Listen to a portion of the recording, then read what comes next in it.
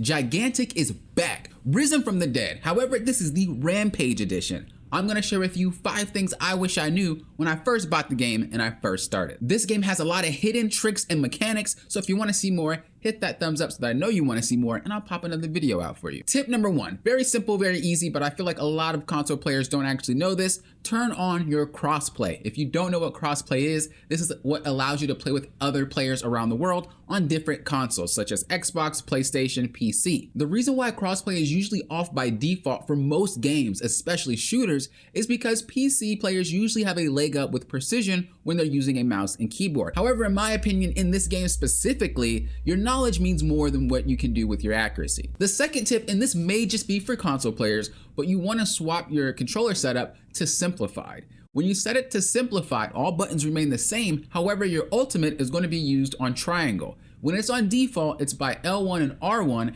and sometimes that's hard to do in the moment and aim properly. But if you could just simply press triangle, it comes out a lot easier, and a lot of other games use triangle as their ultimate as well, so it's a little bit easier for you to get used to. Moving on to the third tip, and now we're in more of a deep territory of the game. You want to make sure that you have a main for each class. So you want a DPS class, you want a support class, and you want a tank class. Now there are some characters that can kind of go inside of each other, and obviously there are mages and then sustain damage. You know, there's a lot of more intricacies to that. But you want to at least make sure you have one basic of each. This will allow you to be flexible during the game because sometimes your teammates will swap characters and you kind of need to use what your teammates lack to get a better chance of winning the game. Fourth tip, you want to make sure that you set up a skill tree for each of your 3 characters. Now there are usually a minimum of 2 ways to play your character. This is 2 basic ways. They already have it kind of default set up, but sometimes it's not the best and you want something different. So I would recommend setting up your own. If you really want to get deep, you can set up 2, but for me, when I play Wu, I play him more of a tanky style, and you can see that I have my skill tree set up already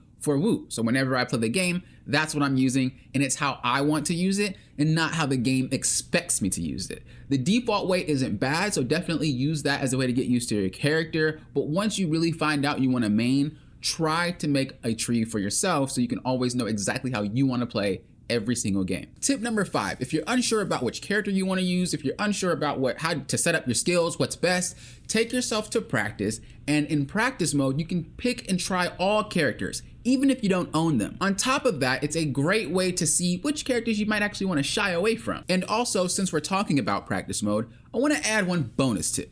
The bonus tip is pay attention to your stamina bar. When you are out of combat, you can pretty much do whatever you want and you're not going to lose stamina. You will still lose stamina if you dodge, but for the most part, you can do whatever you want. You can sprint, you can fly, you can jump, whatever.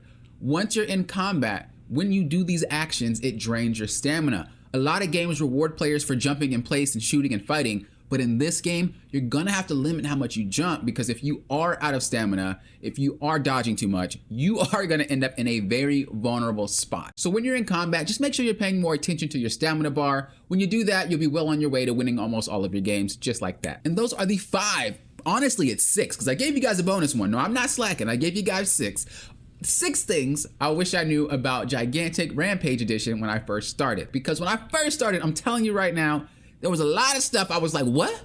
Huh? But that's why I wanted to make this video. If you've never played the old Gigantic, you probably won't know any of this stuff, and that's why I wanted to share. So again, like if you want to see more, so I know that you want to see more. And as always, thank you guys for doing what?